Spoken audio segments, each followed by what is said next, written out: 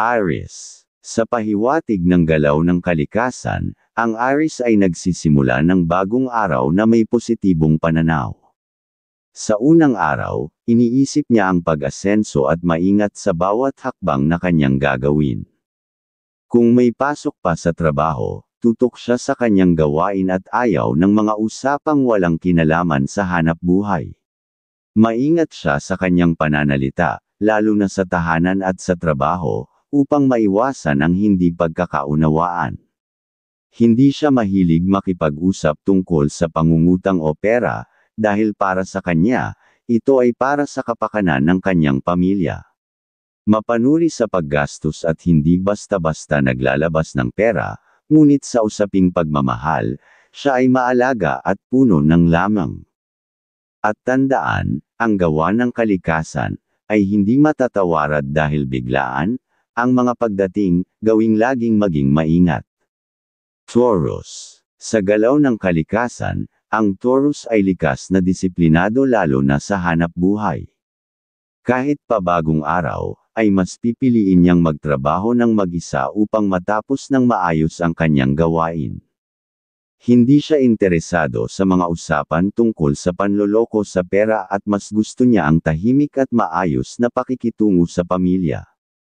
Ayaw niya ng pagmumura sa loob ng bahay, at sa trabaho naman, iniiwasan niya ang kabastusan at mapanirang usapan. Kapag kinakailangan, kayang-kaya niyang ipaglaban ang kanyang opinyon. Matyaga siya sa trabaho at hindi natatakot sa hirap basta't may matutuhan. Hindi siya seloso o selosa, at laging may tiwala sa minamahal.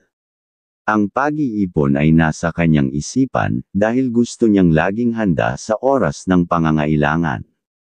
At tandaan, ang gawa ng kalikasan, ay hindi matatawarad dahil biglaan. Ang mga pagdating, gawing laging maging maingat. Gemini. Sa pahiwatig ng galaw ng kalikasan, ang Gemini ay may matibay na paniniwala sa kaayusan ng kanyang tahanan. Mas gusto niya ang malinis at organisadong paligid, dahil naniniwala siyang ito ay nagdudulot ng positibong enerhiya sa buong pamilya. Sa trabaho, masigasig siyang kumilos at laging mapanuri sa kanyang mga gawain upang maiwasan ang pagkakamali. Hindi siya mahilig sa mahahabang usapan o paligoy-ligoy na diskusyon, mas gusto niya ang diretsahang pag-uusap. Mapagmahal siya sa kanyang pamilya, lalo na sa kanyang magulang, at laging handang tumulong kung kinakailangan. Maingat din siya sa kanyang pananalita, dahil ayaw niyang magkaroon ng hindi pagkakaunawaan sa sinumang kausap. At tandaan, ang gawa ng kalikasan, ay hindi matatawarad dahil biglaan. Ang mga pagdating, gawing laging maging maingat.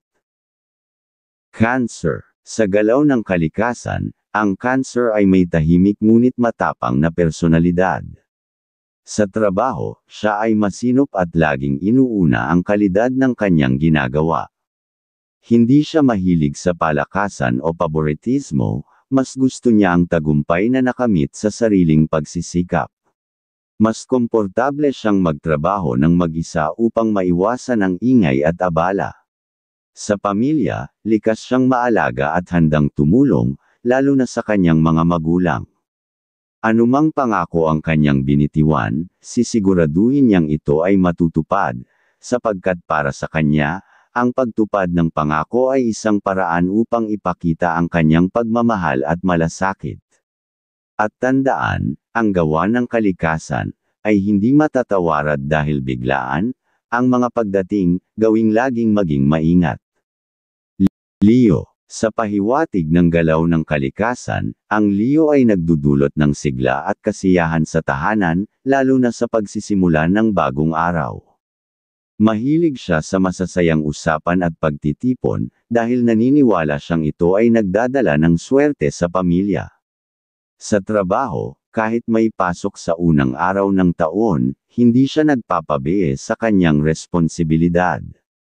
Hindi siya naaakit sa usapang may suhulan at hindi rin mahilig magpautang, dahil mas gusto niyang pagplanuhan ng mabuti ang kanyang salapi.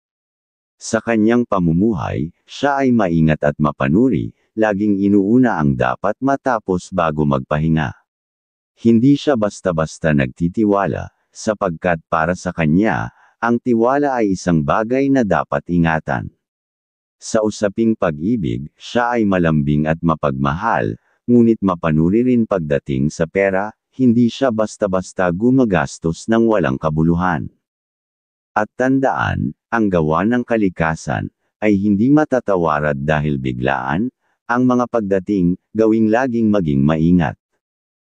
Virgo. Sa galaw ng kalikasan, ang Virgo ay likas na maingat at mapagpakumbaba.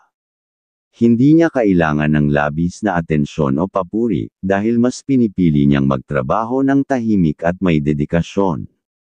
Sa bagong araw, ay sinisikap niyang palawakin ang kanyang pasensya upang mapanatili ang katahimikan sa paligid.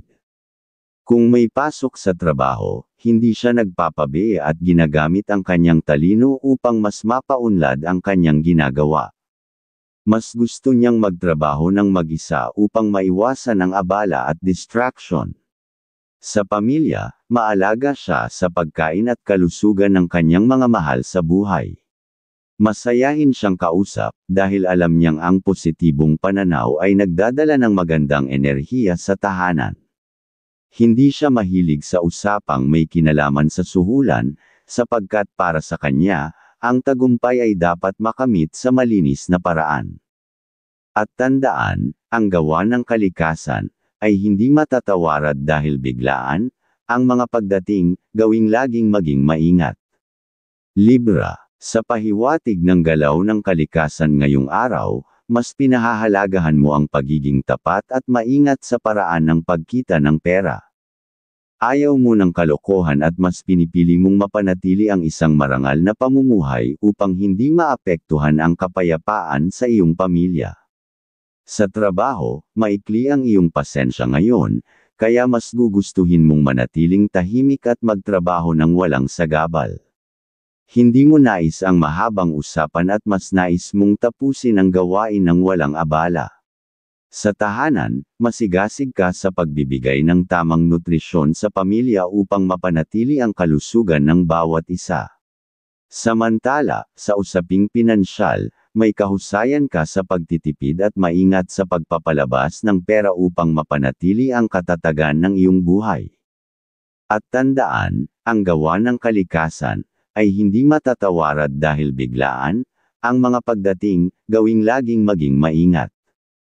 Scorpio. Ayon sa pahiwatig ng galaw ng kalikasan, ang iyong disiplina at katapatan sa trabaho ay magiging sandigan mo upang mapanatili ang maayos na takbo ng iyong hanap buhay. Sa tahanan, maingat ka sa pagsasalita upang maiwasan ang hindi pagkakaunawaan at mapanatili ang masayang relasyon sa pamilya. Ang positibong enerhiya sa loob ng tahanan ay nagiging gabay mo upang makaakit ng swerte. Ngayong araw, may tapang kang harapin ang anumang hamon, ngunit pinipili mong mag-ingat upang hindi makasagabal sa buhay ng iyong pamilya. Ang iyong maalaga at masikasong pag-aalaga sa kalusugan ng mga mahal mo sa buhay ay nagbibigay sa inyo ng seguridad. Sa pinansyal na aspeto, mas inuuna mo ang pangangailangan ng pamilya kaysa sa ibang bagay. At tandaan, ang gawa ng kalikasan, ay hindi matatawarad dahil biglaan, ang mga pagdating, gawing laging maging maingat. Sagittarius. Sa pahiwatig ng galaw ng kalikasan, ang iyong katapatan at pagsusumikap sa trabaho ay patuloy na magbibigay sa iyo ng matibay na hanap buhay. Hindi mo kinukonsinti ang anumang uri ng pandaraya o masasamang gawain pagdating sa pera. Sa tahanan, mataas ang iyong pagpapahalaga sa paggalang, kaya't hindi mo nais makarinig ng pagmumura o negatibong pananalita. Pinapanatili mong malinis ang enerhiya sa inyong bahay upang hindi makaakit ng malas. Mayroon kang istriktong ugali, hindi mo gusto ang mga nakikisuyo ng labis at ayaw mo rin ng mga walang saysay na usapan. Matyaga at determinado ka sa trabaho, at kung may makakasalamuha kang may hindi patas na paraan ng pagkita ng pera, mas pipiliin mong lumayo. Lubos mong pinapahalagahan ang pamilya, lalo na ang iyong magulang, at handa kang tumulong anumang oras. At tandaan, ang gawa ng kalikasan ay hindi matatawarad dahil biglaan. Ang mga pagdating, gawing laging maging maingat. Capricorn. Ayon sa pahiwatig ng galaw ng kalikasan, ikaw ay maaasahang individual pagdating sa trabaho. Hindi ka nagpapabiye sa mga gawain at sinisiguradong matapos ang mga ito ng may kahusayan. Ang kasipagan mo ay nagiging susi upang mapanatili ang kasaganaan ng iyong pamilya. Pagdating sa pera, matindi ang iyong paniniwala na dapat itong kitain ng marangal dahil may takot kang balikan ng masamang karma kung ito ay makukuha sa maling paraan. May tiyaga kang pinapanday ang iyong kinabukasan, ngunit nananatili kang maingat at mas gusto mong magtrabaho ng maayos kaysa makisangkot sa maruming gawain.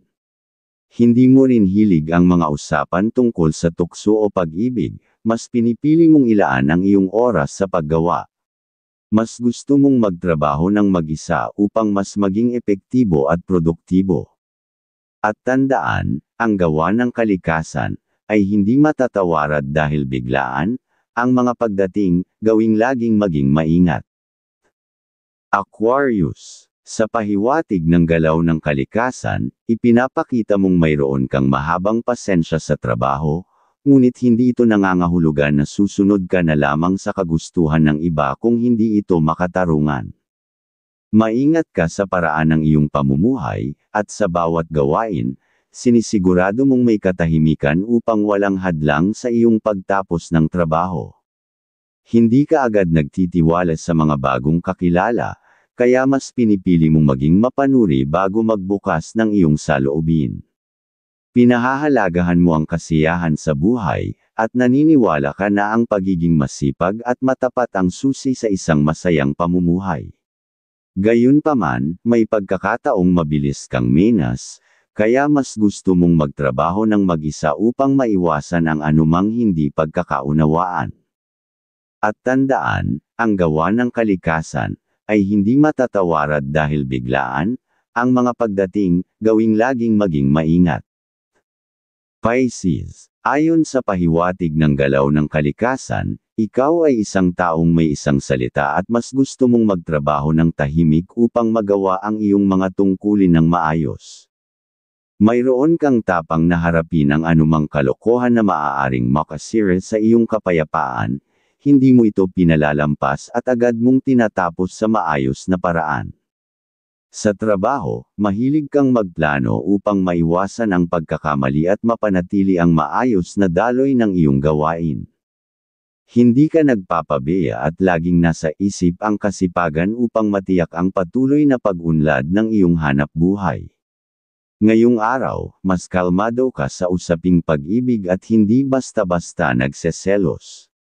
Mayroon kang matibay na tiwala sa iyong relasyon. Bukod dito, matalino kang magdesisyon upang makaiwas sa mga taong may masamang intensyon. Ang kasipagan mo ay hindi lang para sa sarili mo, kundi para rin sa ikabubuti ng iyong pamilya, dahil naniniwala kang ang positibong enerhiya ng pagsisikap ay nagdadala ng swerte sa inyong tahanan. At tandaan, ang gawa ng kalikasan ay hindi matatawarad dahil biglaan. Ang mga pagdating, gawing laging maging maingat.